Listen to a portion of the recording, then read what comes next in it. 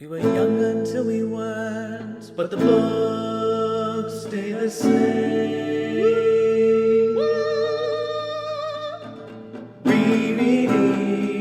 Rereading our favorite books. Unrelated to anything, but based on a comment you made, in reading these books, I've done a lot of research, reading through forums, and a thing that I found highly amusing is that a lot of the diehard Tolkien fans who post to these forums refer to the movies as Peter Jackson's fan fiction. One of the best movie series ever made. Definitely one of the best adaptations ever done. But go off, Lord of the Rings fans. Yeah, and it's always based off like the most minute details. Anyway, it doesn't matter.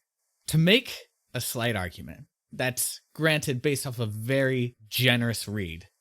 In that passage that you read about Sam feeling pity, I'm just going to continue. But Sam had no words to express what he felt. "Oh, curse you, you stinking thing," he said. "Go away, be off, I don't trust you, not as far as I could kick you. But be off, or I shall hurt you, yes, with nasty, cruel steel." One could argue that we are supposed to contrast that with Frodo's approach to feeling pity towards Gollum. It is very explicitly stated here that this is a weakness, I suppose, in Sam's approach or feelings or whatever, in the fact that he cannot express it. That is a fatal flaw for him. Well, I guess it's more of a fatal flaw for Gollum, but there's this implicit criticism levied at Sam that because he doesn't have the words, he's not able to properly express himself. So this moment in some ways falls flat because even though he's feeling pity, he's not acting in a way that properly translates that pity. That said, this whole trilogy is very aware of the way stories echo throughout eternity. Not to paraphrase Gladiator by accident there. What we do in life echoes in eternity.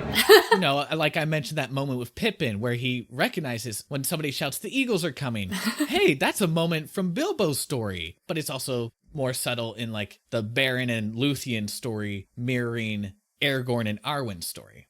So it's puzzling that in this moment of pity, it never occurs to Sam, who almost basically worships Bilbo at the beginning of this book, of this trilogy, right? Yep. He knows all about the stories.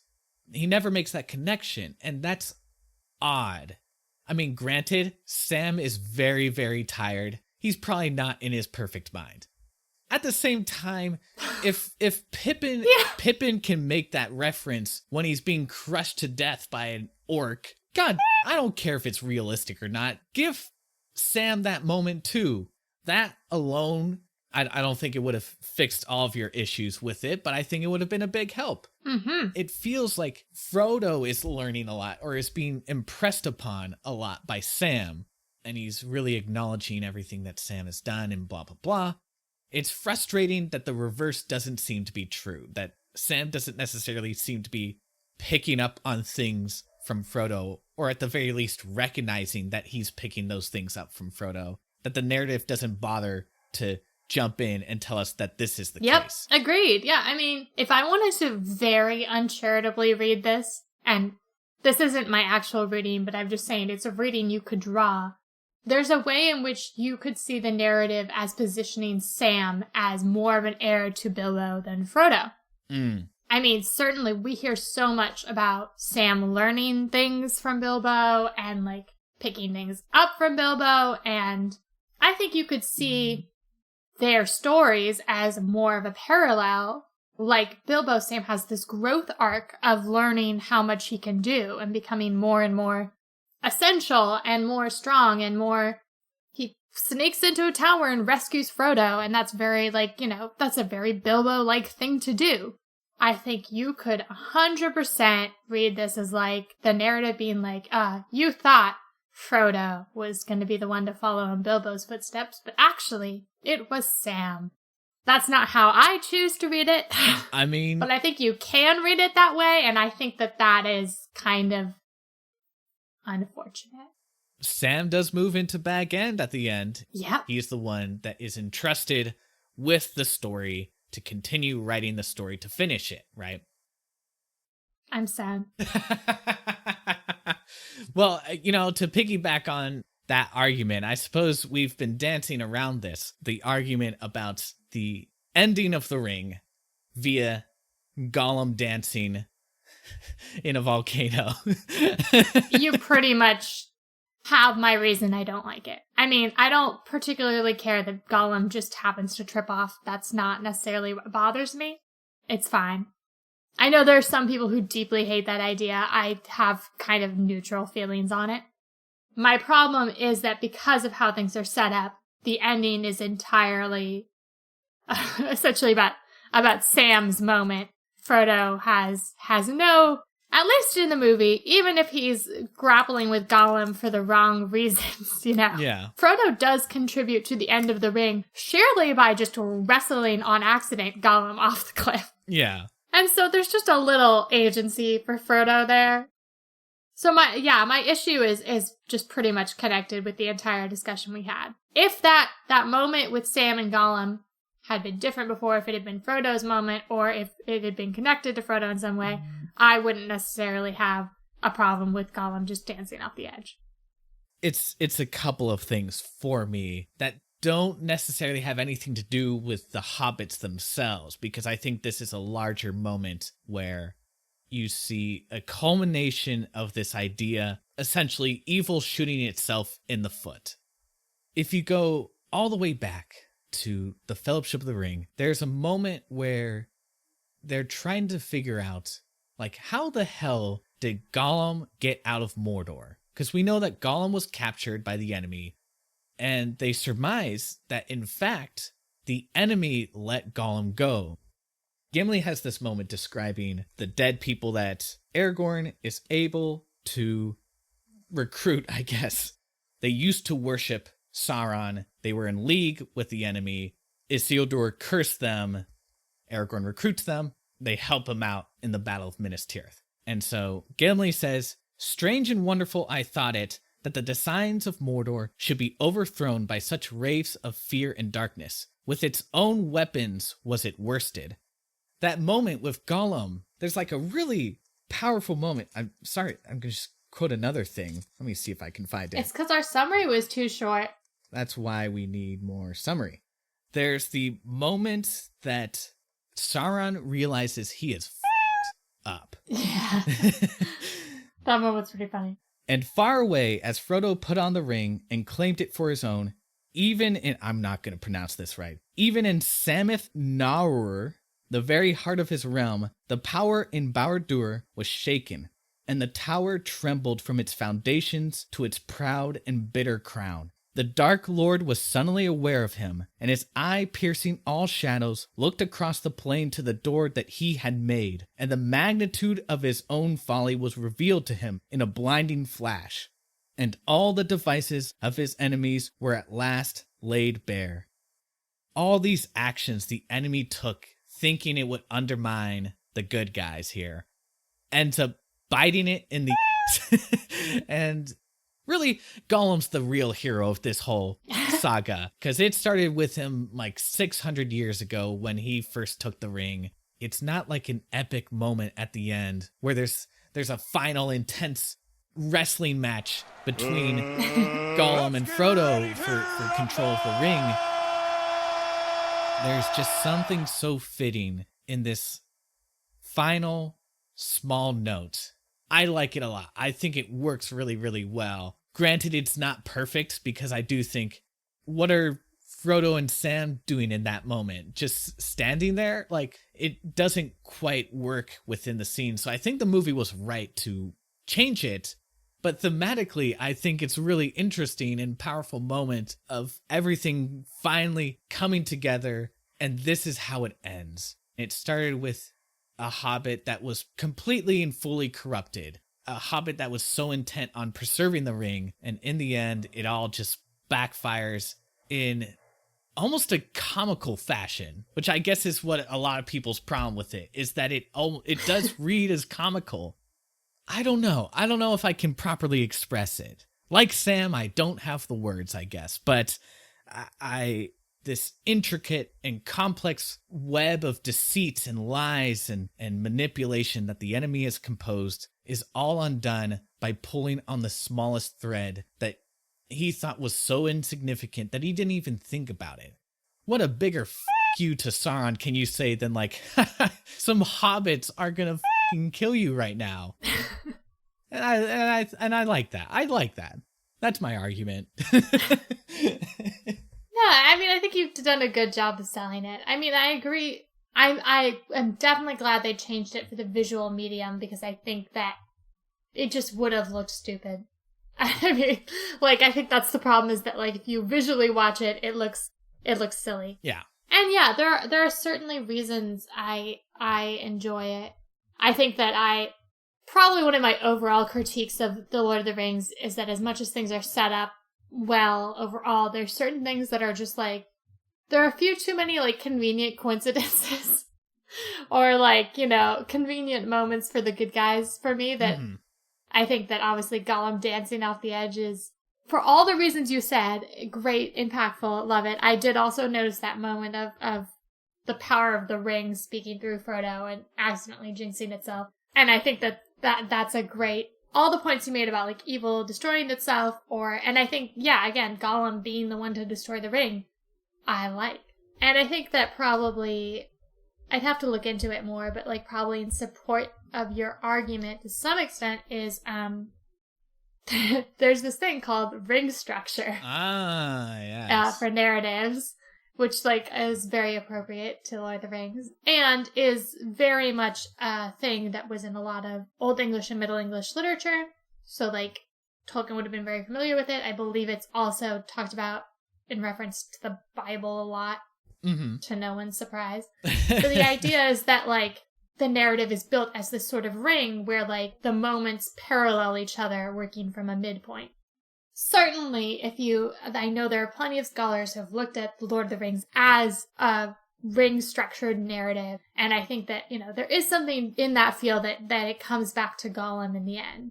And I think that there are a lot of arguments that can be made for it. Like I said, I other than my sort of disappointment about Frodo's lack of involvement and everything to do with that final moment, like, I'm personally neutral on Gollum dancing over the edge because I see the arguments for it, but I also think it's faintly ridiculous. I wish that at least, I don't know. Maybe, like, in his struggle of biting Frodo, like, they're flailing around and he gets it, but he's already in the air flying back. Like, you know what I mean? That would make slightly more sense.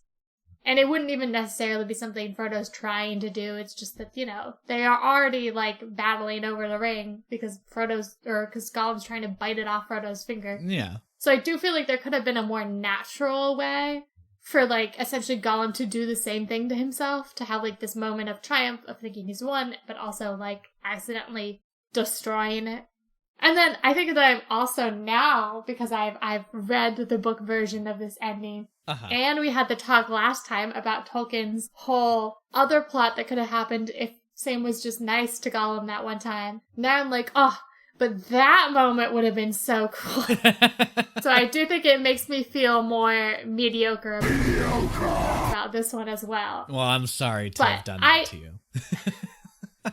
I think that you sold the moment very well. And I do think, you know, you've already talked quite a bit, and I listened mostly, about the importance of songs and music and those things in The Lord of the Rings. And so I do think the fact that Gollum is dancing, which, like, there's obviously no actual music happening, but, like, the fact that he's dancing is an interesting sort of callback to that. And I think there could be, you know, you could read into that. I would argue that Gollum is doing a cover of that. What's that song? The 433 song. Do you know what I mean? No. It's like this classical composer. Or I guess he's not classical. He's a modern composer who composed this song where he just sits at a piano and doesn't do anything for 4 minutes and 33 seconds. And the idea is that the music is all the ambient noise around you. This joke would have landed much more if you actually knew what that was. So now It's all ruined. It's all Sorry. ruined. It's just like this book. This book is ruined for everything forever. I do want to just take a moment to give some kudos to this book. We've already talked about the last chapter being great. The Scouring of the Shire is really interesting, even if I'm not sure about how it affects the pacing of the book. I really enjoyed actually a lot of Sam and Frodo's slog through Mordor. Once Sam has rescued Frodo and they're slogging through, I think it was gripping, tense. It felt like everything sucked, and that's how it's supposed to feel. Yeah. I thought the lead up to this was all great. Yeah, I think that's what I liked about this book. Oh no, I liked that Legolas and Gimli do get to go back to the caves. Oh, and I liked all the moments where Merry and Pippin are thinking about each other and missing each other. I will say, I don't think we've really talked about it too much because we've been so wrapped up in the thematic and symbolic discussions, but like this is a really riveting series. Like, yeah, that whole ending, I was just fucking in that moment. I mean, I knew how it was going to end, but I'm just like, oh my God, I can't stop reading. I need to know what happens next. Tolkien, like, he's really good. I know, hot take, but he's really good. Yes, as long as it's not battle time, he's great. As long as it's not battle time. Before we get into the battles, because I just think it's going to be another slog. I mean, you've been hitting hard on Sam, and I do think we need to give Sam some credit. For a brief period of time, he is the ring bearer. He is holding the ring. Sometimes he wears it, and he has these really interesting moments of temptation. Because there's one where he has this vision. Oh, yeah. A lot of other characters have had visions of what they would become if they wore the ring. And Sam has his own vision where he imagines that he would basically take over and transform Mordor into a beautiful garden. I found that moment if you want the quote. Oh, can you please read? In that hour of trial, it was the love of his master that helped most to hold him firm. But also deep down in him lived still unconquered his plain hobbit sense. He knew in the core of his heart that he was not large enough to bear such a burden, even if such visions were not a mere cheat to betray him. The one small garden of a free gardener was all his need and due, not a garden swollen to a realm, his own hands to use, not the hands of others to command. And then he says, and anyway, all these notions are only a trick. He'd spot me and cow me before I could so much as shout out. Yes. One thing I liked with Sam in this story is that we really get to see him by himself. And I really like that moment because it shows it's like his Galadriel moment where he recognizes that he would not be able to control the ring. It's just not possible. It's a trick, as he says. And he went through the test, and I think it is part of Tolkien's ambition to cast him as the hero, where he recognizes his own weakness, his own potential to be corrupted, and rejects it. That moment is supposed to be a really, really powerful moment, and it is. Not as powerful as what Frodo actually does, because Frodo has to deal with that temptation the entire trilogy. But I do think it's a nice moment for Sam of recognizing him as like a master of his own person, of his own limitations, and in essence rejecting the foibles that would undo him. Yes. I mean, Sam has plenty of great moments, and I love Sam, and I really wish that my Sam feelings had not been soured by my anger over Frodo not getting his due. And I think that, the fact that, as it says in the book, that love of Frodo is a lot of what helps him in this moment. I'm still continue to be uncomfortable and will always be uncomfortable with the master-servant dynamic going on. Sure. I wish they could have just dropped that at some point and been like, you're my friend, Sam. Please just call me Frodo. Master's my friend. You don't have any friends. But I guess I can chalk it up to early 20th, or I guess mid-20th century England. That's way too late for this to be happening. Well, but also he's like, Yeah. Tolkien is writing about a very old-fashioned style of living, But yes, I think that there is much good Sam content to be had. And you know what? Sam is a great Sam. We like Sam a lot. Sam is great. I stamp of approval on Sam. Samwise the Brave. I want to hear more about Sam. But only as long as you also appreciate Frodo. Otherwise you get no stamps from me. Yeah, there you go. The moments that are most impactful, like the I can't carry it for you, but I can carry you, like that is a very incredible moment. I think what makes that scene, the whole plot line with Frodo and Sam so powerful for me, you just see over the course of them trekking across Mordor, hope get crushed in Sam. But despite that, he continues and finds, strangely enough, this new strength in this kind of despairing realization that we're not going to make it back. At least he assumes that's going to be the case, which is a fair assumption. Indeed. Very fair. And there's that moment where he throws away his he's dragging his fucking cooking gear. Yeah, that was pretty funny. Mordor. Sam, you lovable idiot. But it's tragic, that moment where he throws it away, because that's the moment he realizes there's no point. And despite that, it's like what you were saying in the last episode, that you don't need hope to do the right thing. He keeps going. He carries his fucking master, even though he's tired as fuck. He's dying of thirst, dying of hunger. I just wanted to be clear that Sam is great. You know, like our criticisms are aimed at the narrative, are aimed at Tolkien's decisions. Sam himself is a good god person. No, absolutely. I tried to make that as clear as possible when I was making those criticisms. Yes. And I'm not, like, I admittedly do feel slightly bitter right now, just in terms of, I think more, yeah, people's perceptions. I have absolutely nothing against Sam. I love Sam as a character. I think he's a fantastic character, a fantastic hobbit. I would be proud to have a Sam friend, you know? Yeah. I aspire to be a Sam to someone. Yeah. Like, we should all aspire to be a Sam. It's just making sure that, like, you know, we're considering and appreciating, like, both characters equally, because Sam gets to be Sam because of Frodo. Frodo gets to be Frodo because of Sam. Yeah, exactly. They give that to each other. Like, friendship. Sorry, I just, like, wrapping up my thesis, so I'm thinking a lot about, like, early modern literature, but, like, the humanist idea of friendship from that time is that a friend is another self that you discover yourself in. This kind of mirror that helps sort of reinforce your own identity because you're finding yourself in them, if that makes sense. And I think that's such a lovely and beautiful way to think about friendship, and I think that their friendship is the true hero of this story. Right.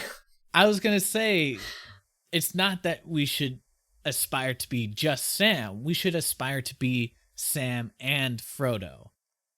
I don't think Tolkien would disagree with that. It's just, unfortunately, it doesn't quite play that way in the... I don't know. He's my enemy now.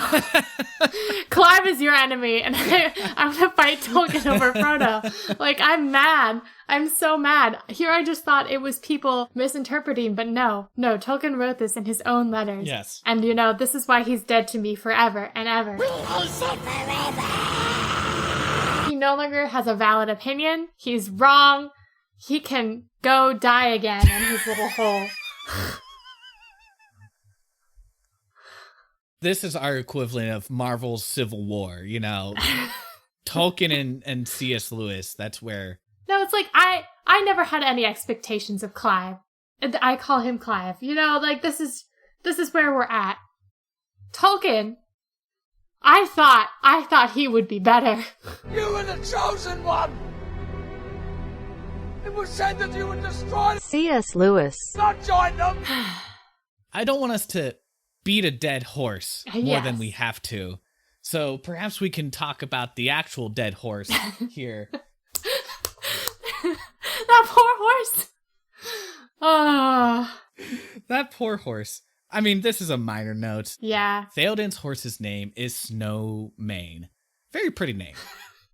But this is the epitaph that they carved for him. Faithful servant, yet master's bane. Lightfoot's foal, swift snowmane. And that is how he's remembered. This is the kind of thing that is ripe for misinterpretation by future generations, because they'll come by, see this grave, and be like, this horse killed his own king? What an asshole. And it's like, no, they were literally attacked by a fucking Nazgul. You don't understand. It's not really the horse's fault at all. So I'm so bitter for this horse. And I mean, it's like, I'm looking back now, and like, it's so freaky. Like, I would have freaked out too. The Nazgul's descending from above, like, all these horses are rearing and screaming, and men are like groveling on the ground. It's so freaky. Everyone is in this state of terror, and the only one in the beginning who is able to stand against the Witch King is Éowyn. And then even Éowyn is at some point cowed until Mary's able to stab him in the back. I don't know why we're blaming this horse. You know, I guess that's the culmination to ring theory this, given the ponies that died in The Hobbit. He really seems to have a love-hate relationship with them, because sometimes he's writing pornographic entries about Shadowfax, and then other times he's like, this horse, you know, Tolkien's treatment of horses is much like the men's treatment of women in real life. Oh, man. Or just in this book series. Should we talk about Éowyn? I feel like we're circling around Éowyn right now. Let me first say, because I want to hear your perspective, but just to correct a mistake from the last episode that we made, talking about the women in Lord of the Rings, we neglected to mention Goldberry as one of the women in the story. Not that she really is any more interesting than the other women, and I don't think, like, she's not really that distinct from, say, Galadriel. But I just felt like we neglected to also mention her. Yes, she exists. Indeed. Anyway, Éowyn, though. And actually... What? To correct something also from our last episode, just because I didn't know this happened. I think we talked about Éowyn's line about the cage. About the cage, and I attributed it as something the movies had made up. But no, it is here in this book. Yeah, we were preemptive in our yes. criticism, I suppose. So she does have the moment when she's talking with Aragorn, trying to fucking get him to, like, take her with him. She says, you know, I do not fear either pain or death. And he says, what do you fear, lady? And she says, a cage, to stay behind bars until use and old age accept them, and all chance of doing great deeds is gone beyond recall or desire. And there's, I think, quite a bit of discussion later on when she's healing with Éomer about how she may have, you know, she had to listen to Wormtongue too. She might have absorbed a lot of the ideas and criticisms about the Rohirrim just kind of being this savage people, her home being this hovel, and that it's all kind of dark and disgusting and very small and little. And therefore that she sees Aragorn as this, you know, great king who could help elevate her and lead her into this bigger, larger, better life. So I do think that Éowyn does get some more complexity in this story. A lot of the elements that are done well with her in the movie are here in this book, which I did not know, and so I give Tolkien credit for those things existing. I think that my biggest problem is that... so she's rejected by Aragorn. Hardcore. And then she... let me see if I can find... When she is taking Mary, he notices Durnhelm before Durnhelm comes up and takes him. So Mary sees a young man, less in height and girth than most, And Merry catches the glint of clear gray eyes, and then he shivered, for it came suddenly to him that it was the face of one without hope who goes in search of death. So the problem is that ultimately, Éowyn's entire decision to go is positioned as like she wants to die because Aragorn has rejected her. And I don't love that. I think that I would be fine if she felt like, you know, everything was ending and she wanted to be with her family and everything. And the name Durnhelm, which, by the way, this is my own little bit of research I did. Durnhelm means like hidden protector. So like it could very much have been cast as like her going along to help protect her uncle and her brother, who are obviously riding off into very uncertain battle. And she does end up trying to protect Theoden. Obviously does a great deed and help she and Merry slay the Witch King together. But then freaking Merry gets to be the one who talks to Theoden. She just passes out. Yeah. Yeah, this is... The treatment of Éowyn is probably the most mixed bag element of this book, certainly. Possibly the series. Yeah. The moment with the cage there's a great comeback that she has against Aragorn, where Aragorn is trying to argue for her to stay, right? Mm-hmm. He puts it this way: "A time may come soon," said he, "when none will return. Then there will be need of valor without renown, for none shall remember the deeds that are done in the last defense of your homes. Yet the deeds will not be less valiant because they are unpraised." And she answered, "All your words are but to say, you are a woman, and your part is in the house. But when the men have died in battle and honor, you have leave to be burned in the house, for the men will need it no more." Tolkien's self-aware. Like, yeah. Éowyn's completely right. There is... We didn't talk too much about this moment in The Two Towers. When in The Two Towers they were deciding to go to Helm's Deep, Theoden was fretting about who was he going to leave behind to command J.R.R? I can't remember the name of the city. Basically the capital of Rohan. And he's like, are there any volunteers to take on this job? And nobody volunteers. And I think he actually frames it as, are there any men who will volunteer? And then somebody comes in and says, one of the House of Earl should be in charge. And Theoden's like, what do you mean? Like, there's only Éomer and me, and we both can't go. This is going to be a ridiculous reference, but there's an episode of Children's Hospital where they talk, like, it's this weird meta episode where they talk about the history of Children's Hospital as a show. Children's Hospital was a bona fide hit, but even as these gorgeous doctors were breaking hearts, the show itself was breaking new ground, such as this scene from season 4, the first time a doctor was portrayed on television by a woman. Oh, sorry, nurse. We thought the new doctor was coming in. She did just come in. First of all, you mean he just came in. And where is he? No, I definitely did not mean he. What are you talking about, nurse?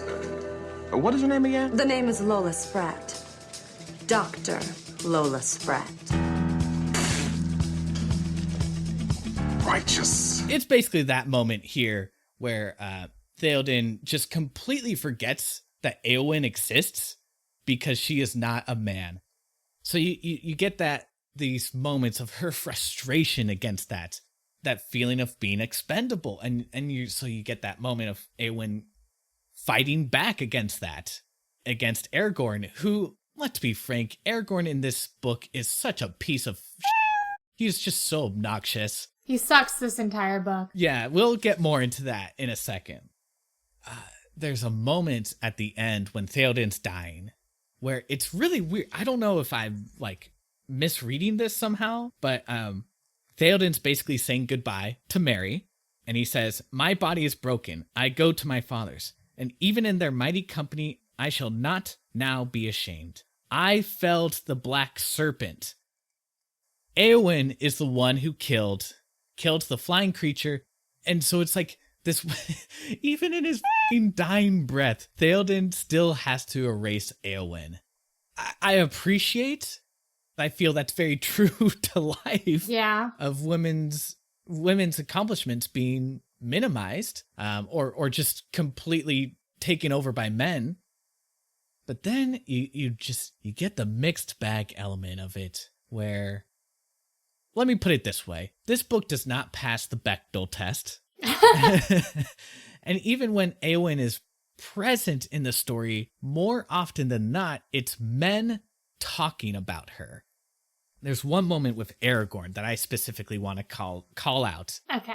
Éomer, Aragorn, Gandalf, and other people, I think, are having this like very insightful conversation about recognizing like, oh, Éowyn's kind of had a shitty life where she's just never been recognized because she is specifically a woman. She is, by all rights, a noble woman, and by the events of this book, it is clear that she is just as capable of fighting and being brave and stabbing people in the face as Aragorn or anyone else is. And so they talk about how basically she is dying in part because of a broken heart. She is given up all hope because she's been rejected by Aragorn. And Aragorn chimes in to say this. I saw also what you saw, Éomer. Few other griefs amid the ill chances of this world have more bitterness and shame for a man's heart than to behold the love of a lady so fair and brave that cannot be returned. Sorrow and pity have followed me ever since I left her desperate in Dunharrow and rode to the pass of the dead. And no fear upon that way was so present as the fear for what might befall her. And yet, Éomer, I say to you that she loves you more than truly... Blah, blah, blah, blah. Yeah. There's this great Instagram account called Awards for Good Boys, where highly recommend. Although she's no longer active on social media, but you can... There's quite a treasure trove of the whole premise is satirically giving credit to men or boys for doing the bare minimum. So here's Aragorn coming in being like, yeah, Éowyn's dying, I guess. But really, let's talk about how hurt I was that I had to reject her. Even when I was facing down frickin' ghosts, that paled in comparison to my own broken heart for Éowyn that I had to reject her. Yeah. Well, and the worst thing is that, like, before this, the rest of the conversation is the one I referenced about how, like, she was, deeply scarred by that time with Wormtongue there.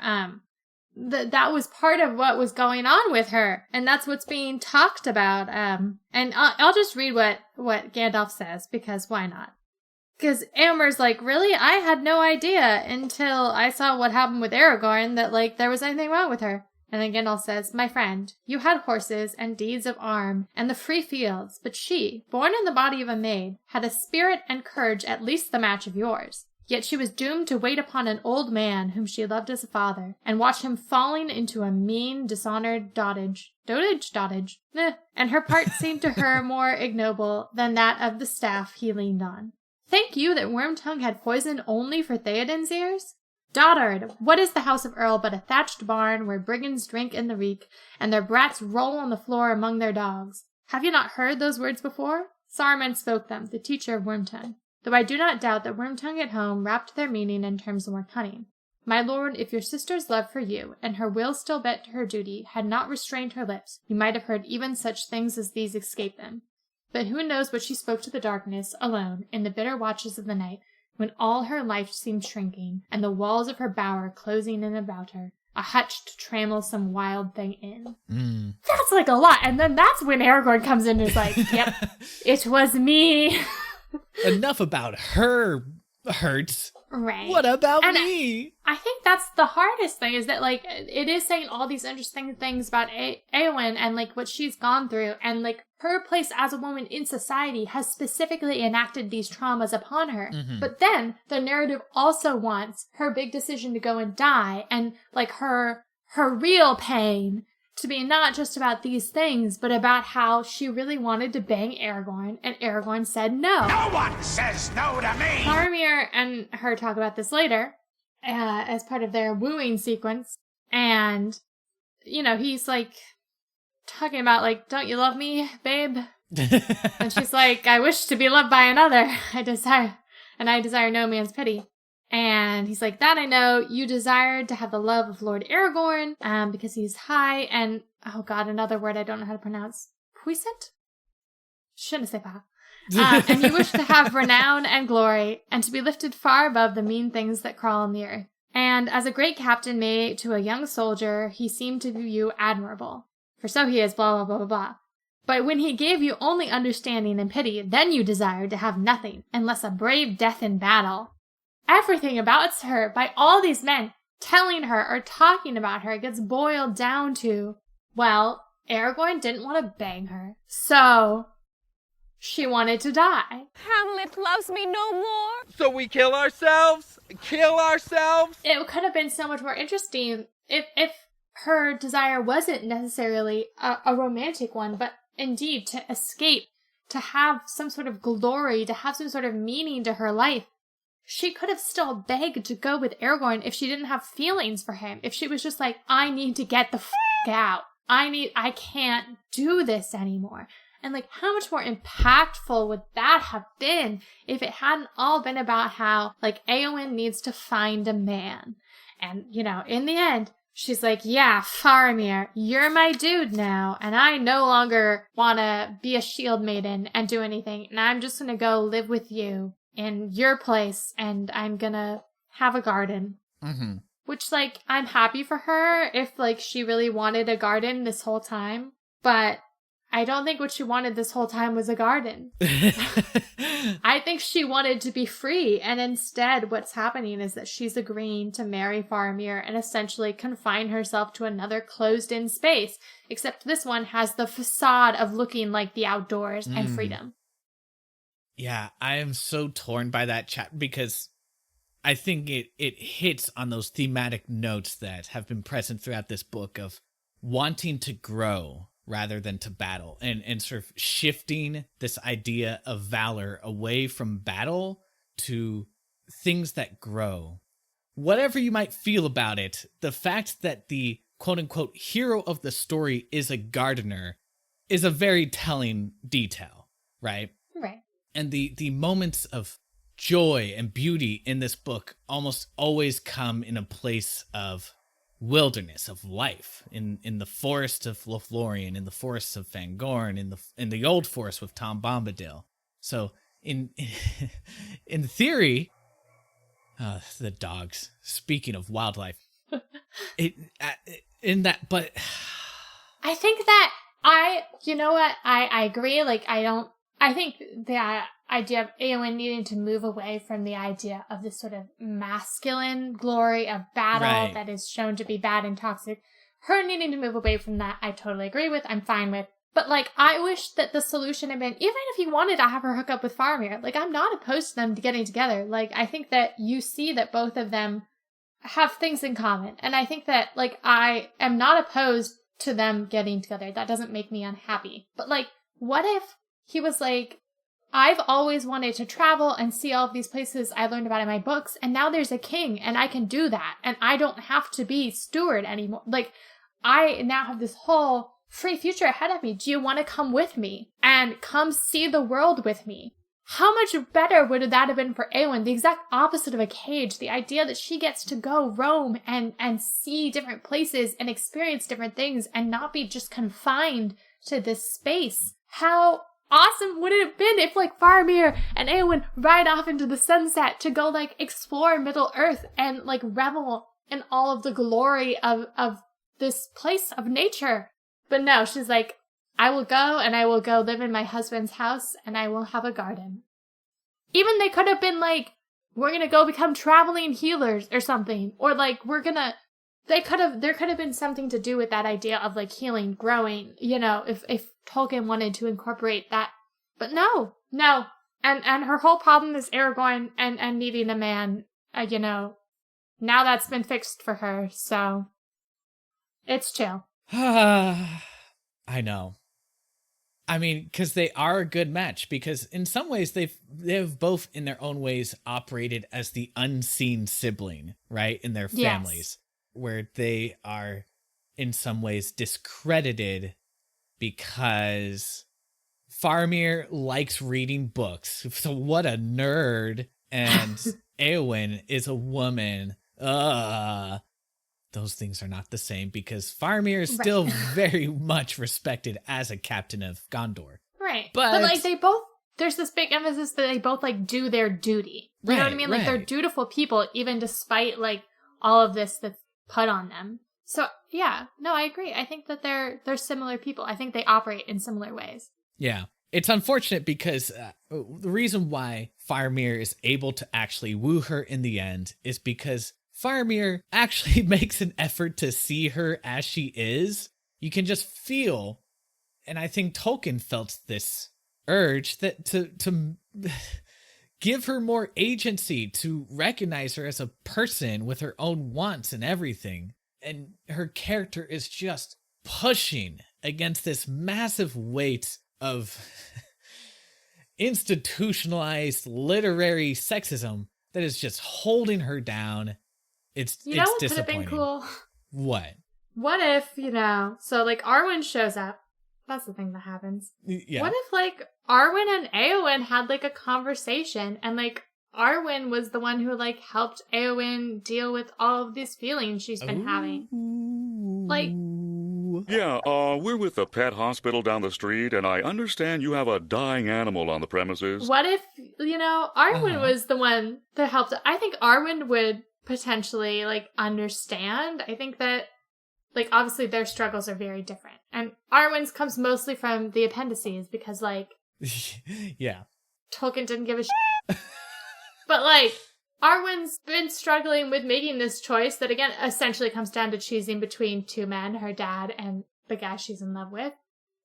Choosing a life that, in either way, kind of confines her to some sort of unhappy ending, right? Like, either way, Arwen's not going to end up happy. Yeah. And I think that, like, the two of them having a discussion about these difficult choices that are presented to women and the very limited choices they are, and, like, maybe even Arwen helping Eowyn find, like, a third option. The option of just riding out and seeing the world. Why not? I don't know. I just think there could have been something interesting there. I don't know why, like, yeah, we need men lecturing at women about what they're feeling and then having the woman be like, ah, yes, you are completely correct, and now I am in love with you, and I will never hold the sword again, and I will tend a garden and have your children, and... Okay. I do want to spend some time celebrating her badassery, though. She is bad. Because she does have a very bad moment. I'm just gonna read it. Where did it happen? This Nazgul is about to eat Theoden, and suddenly Durnhelm, at this point, jumps in and intercedes and says, "Begone, foul Dwemer-like," oh god, I don't know how to pronounce that, "Lord of Carrion, leave the dead in peace." A cold voice answered, "Come not between the Nazgul and his prey, or he will not slay thee in thy turn. He will bear thee away to the houses of lamentation, beyond all darkness, where thy flesh shall be devoured, and thy shriveled mind be left naked to the lidless eye." A sword rang as it was drawn. "Do what you will, but I will hinder it if I may." "Hinder me? Thou fool! No living man can hinder me." Then Mary heard of all sounds in that hour the strangest. It seems that Durnhelm laughed, and the clear voice was like the ring of steel. "But no living man am I. You look upon a woman. Eowyn I am." I feel funny speaking these lines. "Eowyn's daughter, you stand between me and my lord and kin. Begone if you be not deathless. For living or dark undead, I will smite you if you touch him." The winged creature screamed at her, but the ringwraith made no answer and was silent, as if in sudden doubt. First of all, the description of the way the ringwraith threatens to torture her, I don't know if it's just me, but it does feel rapey. And the fact that Eowyn's response to that is to just laugh in his face. I guess the interesting thing for me is that it almost feels arbitrary. Like, why does it matter that she's a woman? It's the idea. Obviously there's like the wordplay there because he's like, no man can kill me, blah blah blah. Mm-hmm. But it's like, does it really matter that she's a woman? And it seems to matter in the sense that nothing scares men, and I suppose including the ghosts of dead men, more than a woman who doesn't deal with their shit. I know that other people have pointed this out before me, but it feels a lot like a reference to Macbeth, the prophecy that, like, no man born of a woman or whatever can kill me, or whatever the prophecy is in Macbeth. None of woman born shall harm Macbeth. Oh, but actually this guy was born through C-section, so he can do it. And that's why, like, you know, it's the combined efforts of a hobbit and a woman that ultimately slay the Witch King. And I think also it follows along with the general themes of the story that, like, it's the people sort of you least expect that in the end have the most heroism within them, right? Mm-hmm. I mean, that's the whole point of the hobbits, right? And so I think it's another moment of that theme coming through in Éowyn. But yes, it is an excellent moment. I was a little worried going in because in the movies, Merry knows it's Éowyn the whole time, but this time he doesn't recognize her. And, you know, I was worried that Éowyn was going to kill the Witch King as Durnhelm and then only afterwards reveal that she's Éowyn. And I was gonna complain about how like a woman has to be in a man's guise or whatever to, like, right, you know. But no, before she, you know, actually strikes out at him, she has revealed herself as Éowyn. It's very much her. There's a lot of the description of her that's very feminine, but it's also the strength is in her femininity. And so I think that in my book, it's only like 2 pages, but those 2 pages are excellent pages for Éowyn. Éowyn is absolutely amazing, and the narrative knows she's amazing. And I suppose it's somewhat realistic that this singular epic moment does not solve sexism. Like a page later, Theoden takes credit for killing the Nazgul. Yeah. I don't know what to make of it, because I have a hard time getting a sense of Tolkien's intentions with this moment, because it feels like a man trying his best to be progressive and falling quite a bit of a ways short.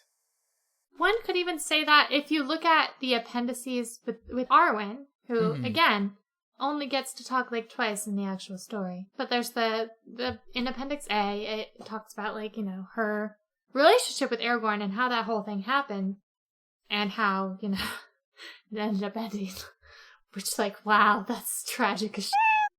But I thought there is something interesting about the fact that, like, it's very much her choice and her decision. And there is something very, like, again, it's a choice between her dad or the guy she wants to bang. But, like, I still think there's something nice about, like, she's very active in the decision-making process. Like, Aragorn falls in love with her pretty much immediately. But she's, like, not initially interested. And it's not until later that she reciprocates his feelings and makes the decision that she wants to be with him, and then starts, you know, working toward that future.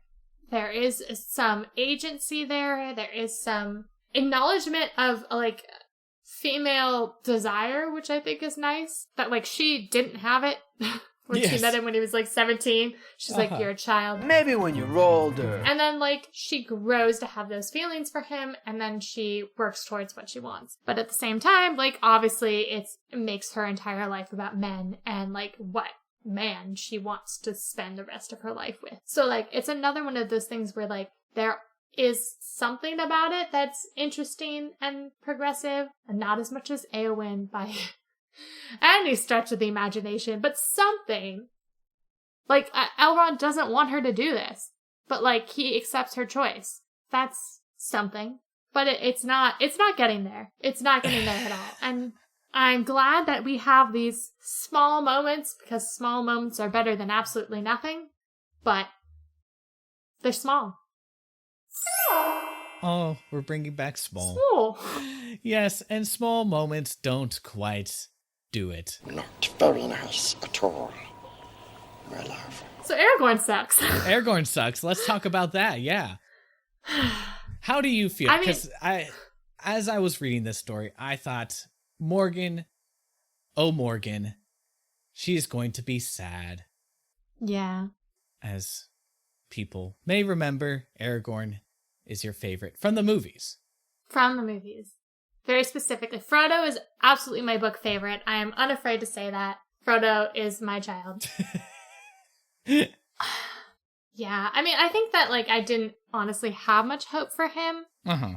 Because he's had his moments. Like, in Fellowship, he definitely had a lot of fun moments. Two Towers, he had some moments. But, you know, like, overall, like, his story is so different. And we talked last time about how I felt weird about Aragorn's very role in the story of, like, the king.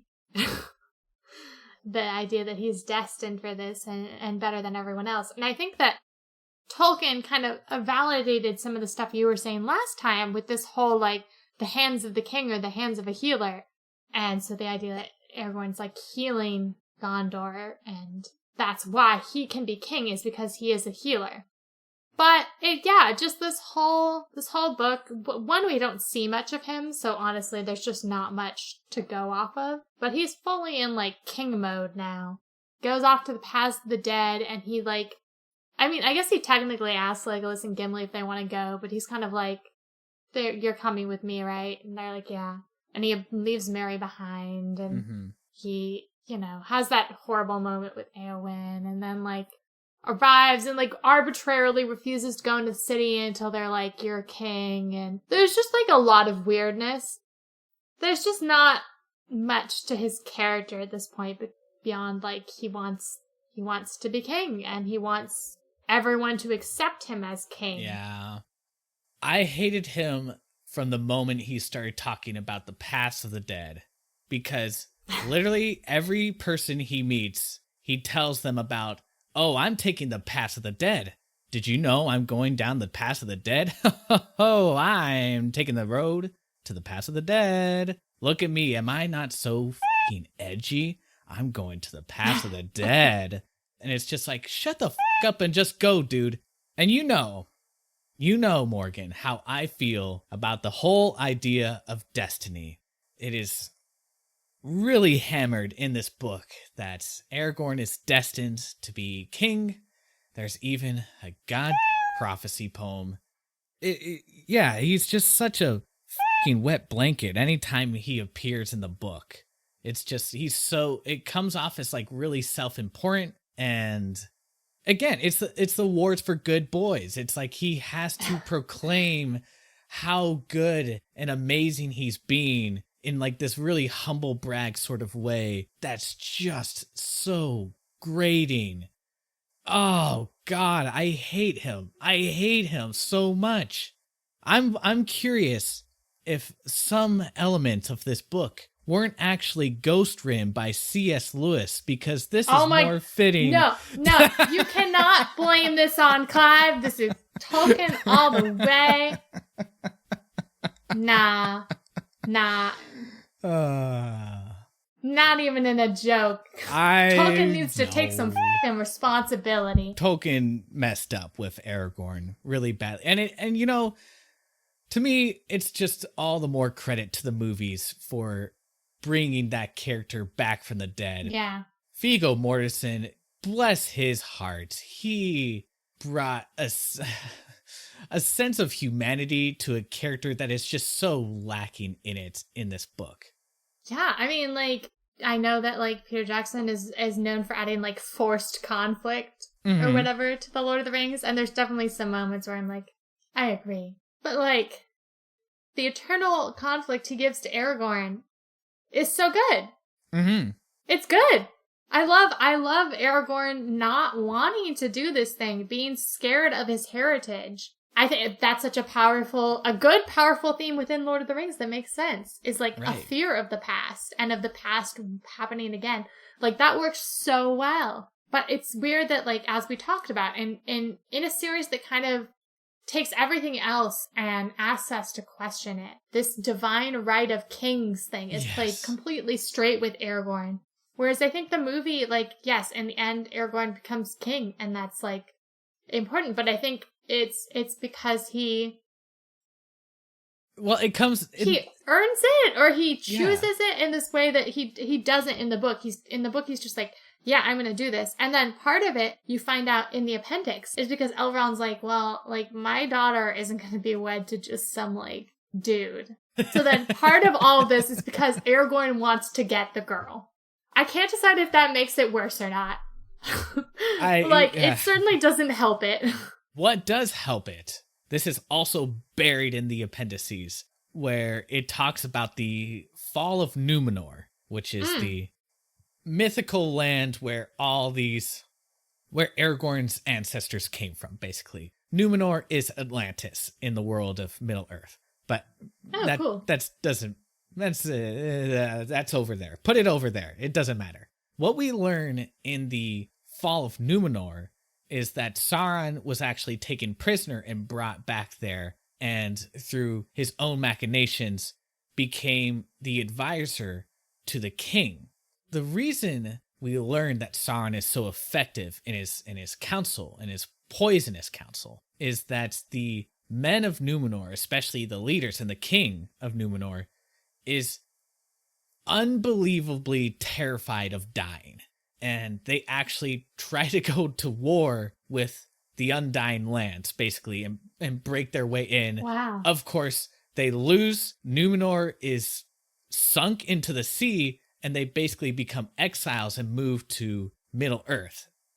In that sense, Aragorn facing the past of the dead is actually a really powerful moment, because in some ways, it's a rejection of that past failing. It's him saying, I'm not afraid of dying. And so you see in this way how Aragorn is claiming parts of his heritage that allow him to be king, but also making this active decision to reject the parts that brought about the downfall of the past kings. You are Isildur's heir, not Isildur himself. You are not bound to his fate. You know, it would have been nice to have seen that in the main body of this story rather than have it buried somewhere in the appendices, because that does a lot to redeem Aragorn's character. But it wasn't in the story. And so you just have to operate with what's there. And I mean, how many people are going to be f***ing reading these appendices? Come on, Tolkien. Yeah, I mean, like, I only scanned, like, 2. Yeah. And that's fair. Because, frankly, the appendices, the specific appendix where that information was buried in, was full of just so much historical filler that it's tedious to get through to find that gold nugget of thematic material. And it's a shame. It is a shame. It gives Aragorn's character a lot more credit than he's given in the book itself. Speaking of sort of unnecessary historical filter, I think one of the things that let me know I wasn't going to enjoy this book as much when I started is that we get Merry and Pippin's perspective. So much fun. Love that. Yeah. Love them. Was so excited. But then so much of it is spent just talking about, like, Gondor and, like, its history and its landscape and its, like, I don't know, everything. That, like, I was getting really bored during Pippin's chapters because I was like, I don't care. This is just too much. Like, we've talked before about, like, how Tolkien just sort of, like, will randomly stop on world build. Right. It was more, I felt like, than ever before. It was just a lot of just, like, and this is more about Gondor, and this is about Gondor. And was much of it useful? No, not at all to the story, no. I think that part of the issue that you see in these final 2 parts of The Lord of the Rings is that as the stories progress, Tolkien starts reining himself in less. Mm-hmm. And so you get more and more, like, sort of padding. Like how the movies kind of get more and more as they go and are less of a tightly constructed story. So I think that that's part of the issue that we're seeing. And then obviously a lot of what we commented on is sort of the mixed messages that are really abound in this part of the story. Whether it's the mixed messages with Éowyn or with Frodo or, with Aragorn. That's really a lot of the problem in this section is that it doesn't feel as satisfying because it doesn't feel as coherent. Mm-hmm. And it's a shame, too, because I actually loved the character of Denethor. I thought he was really, really interesting and complex, but he is buried in all this historical stuff surrounding him. And it's a shame because he is so Machiavellian. He's really compelling. He's very charismatic. He's very intelligent. And when you hear him speak, much like Faramir, where Faramir was very insightful in sort of interrogating Frodo and Sam, Denethor is the exact same way, but with a malevolent tinge because he has been poisoned in some ways by Sauron. He's really compelling, and it's only because Gandalf happens to be there to kind of dispute his points that, like, Pippin doesn't fall into the trap of just buying everything that Denethor is saying. And it's, you know, you get this sense of tragedy with Denethor because there's a very telling detail where Pippin remarks how Denethor, despite being the father of Boromir, he actually seems to bear more resemblance to Aragorn. And I think Gandalf has a line later about how the line of Numenor somehow is almost completely there within him. Like, in some ways, Denethor has as much claim to this kingdom by his heritage as Aragorn does. And you just see the way doubt and ambition and jealousy corrupt him. I mean, we saw it with Boromir, of just this good person. And I don't think there's, despite Denethor, you know, saying very unkind things to his child and also trying to, you know, burn said child alive. Before all that, like, I do think the narrative acknowledges, like, there was a time where Denethor was among the wisest, but all these things have corrupted him and turned him into this shell of his former self. He almost stands in as like a symbolic representation of the state of Gondor itself. And unfortunately, you kind of lose that because there's just all these other things that are being introduced at the same time, and you're not quite sure what's really important. And I think you're right. Like, Tolkien did not really trim the fat as much with this book. They're like, probably the biggest thing, oh god, this was so annoying, is in the introduction of the healers. It's the most it's Tolkien's, it's obnoxious attempt at a terrible joke of like these healers who are very talkative, very dumb, and there's just like paragraphs and paragraphs devoted to dialogue with them where they're just saying nothing until finally one of the other characters jumps in and says, "Shut up." I don't mean this to disparage, but it feels like the kind of joke that C.S. Lewis would make in his books. Oh no, I agree. It does seem like, because it's deliberately ribbing at, like, so there's two different, I think, healers who get talked about. One of which is like a man who's like very academic, and he's like, in all of our stories, like, never has this herb been used this way. And then the other one is this woman who just keeps rambling and going on instead of actually. Yeah, she's like the housemaid that talks too much is the feeling you get, right? Right. So it's like, it does very much, especially with the man, feel like one of Clive's jokes about, like, oh, those useless academics that don't actually know anything. Right. And then more insidiously with the woman, it's like, oh, those women, they just talk too much. And that's, it's painful. It is painful. It's very annoying. And, like, I think that a lot of, like, Pippin getting shown around, I find relatively useless. There's the whole thing with Baragond, where, like, he makes a friend of this guardsman, and then later on, the guardsman helps keep Faramir's body from being burned. Yeah. But then, because he defied orders, he has to be punished, so he goes with them to fight, and then he's, like, who Pippin is helping to defend when he almost gets killed. And then, like, there's a scene where Aragorn pardons him of all of his everything, but he has to banish him from Minas Tirith, but oh, it's okay, because he's sending him to be with Faramir. So there's this whole plot line for this character. Yeah. Which they wisely cut out of the movie because, like, it's not necessary. And at this point, we don't need, like, again, this is the same chapter we've just met Denethor. We don't necessarily need this guy. He's not, I mean, he seems like a fine enough dude.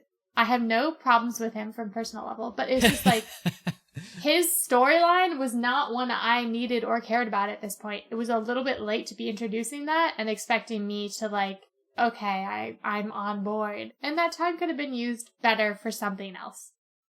If you were going to keep that character the way I would have, not that we're talking about fixing this narrative or anything, but there's an earlier point where the riders of Rohan are mustering to get ready to head to Minas Tirith when a messenger from Gondor comes and says, guys, you need to hurry it up. Like, things are really, really bad.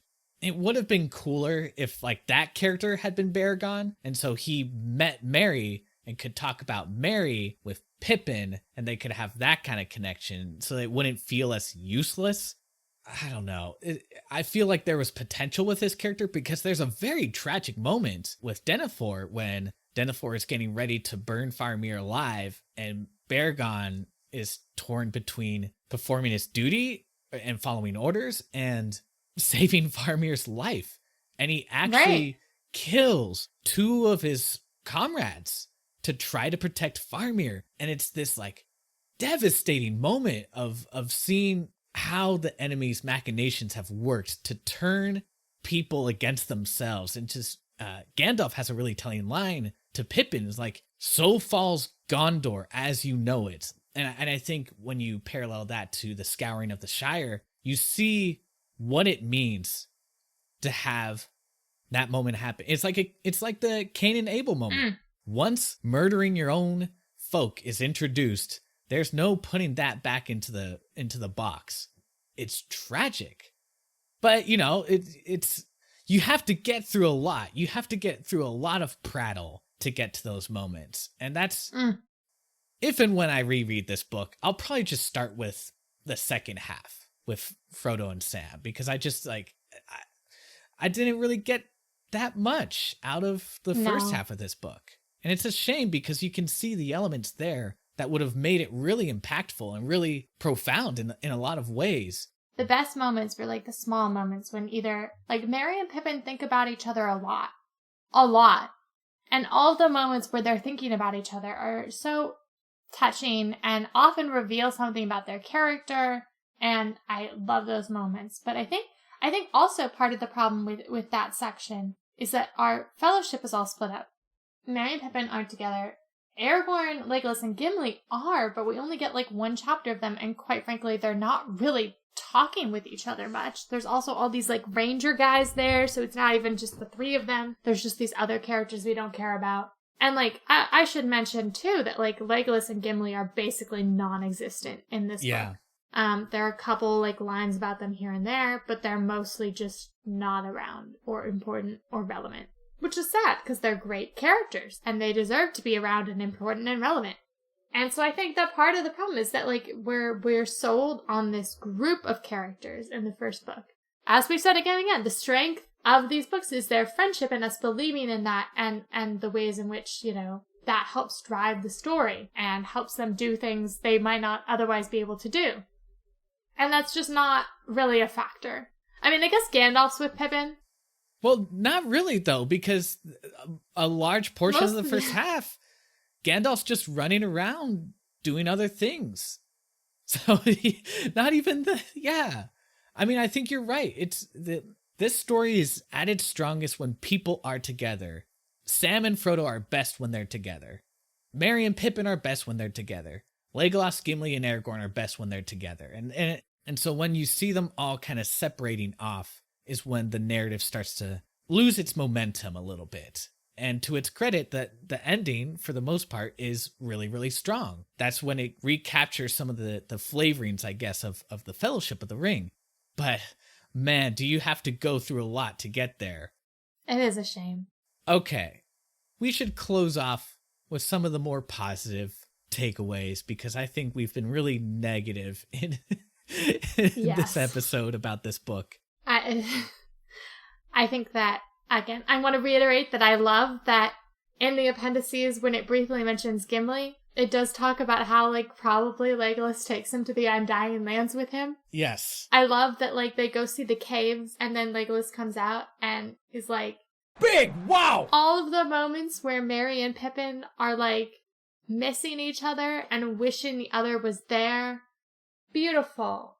All of the moments with Frodo and Sam. I mean, the moment where, like, after the ring is destroyed and Sam takes Frodo out and is able to see that he's free of the ring and he's back to being Frodo again. And then Frodo says, I'm glad you're here with me, Sam. Here at the end of all things.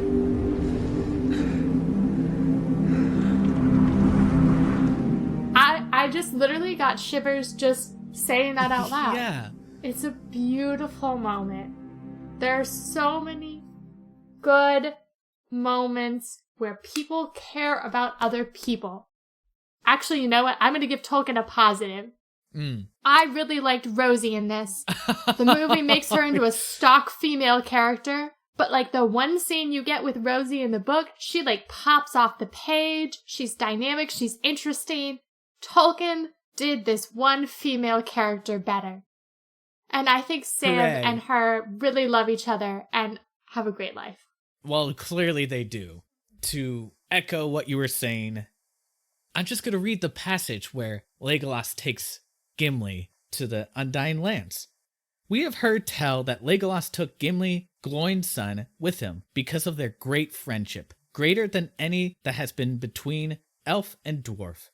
If this is true, then it is strange indeed that a dwarf should be willing to leave Middle-earth for any love, or that the Eldar should receive him, or that the lords of the West should permit it. But it is said that Gimli went also out of desire to see again the beauty of Galadriel, and it may be that she, being mighty among the Eldar, obtained this grace for him. More cannot be said of this matter. Tolkien is so good at kind of allowing speculation into his stories. It invites your imagination to fill in the gaps. This is going to sound like an insult, but I don't intend it to be, where I think Tolkien recognizes some of his own limitations as a writer. Or not even his own, but just like the limitations of storytelling. Sometimes the most powerful thing you can do is to leave a thing unsaid. Mm-hmm. And there's so much, even in that small passage, that is left unsaid about the decision-making that went into Gimli deciding to leave Middle-earth, Legolas deciding to invite Gimli, that allows you to fill in so much more emotion than if he just said, oh yeah, and Galadriel said it was okay, so Gimli came along, you know? Yeah. And you're right, they're just thinking about the end of all those moments when the characters are together, professing their gratitude for everything that has happened. It's just so powerful. Even that last line, well, I'm back. I mean, it's beautiful.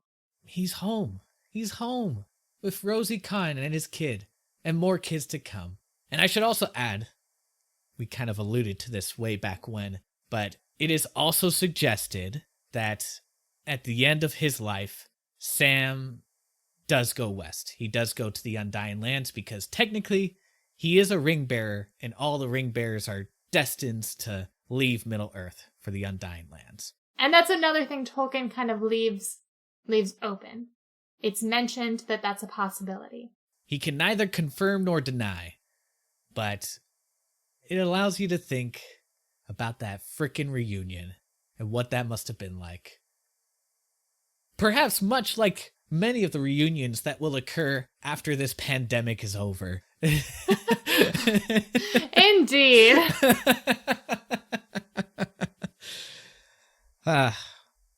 Well, like I said with the last series, Morgan, I'm glad to be here with you at the end. At the end of all things. Of this book series.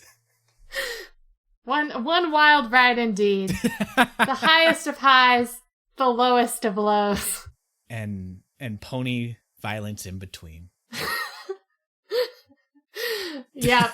You know what? Actually, that's a great note to end on. Oh, yes. Oh, yes. Sam is reunited with Bill the Pony. And that's, you know what? Forget Sam and Frodo reuniting in the Undying Lands. The most impactful reunion is Sam and the pony bear. On that note. On that note, we'll see you next time with whatever we're doing next. We do not know. You know what? Leave comments, send emails, let us know what you would like to see us cover next, because we are undecided. So you have the power. Maybe. I mean, maybe. It's an illusory power because we ultimately decide. But much like Éowyn with her garden, we'll give you the impression of freedom. So. Indeed. Well, until next time.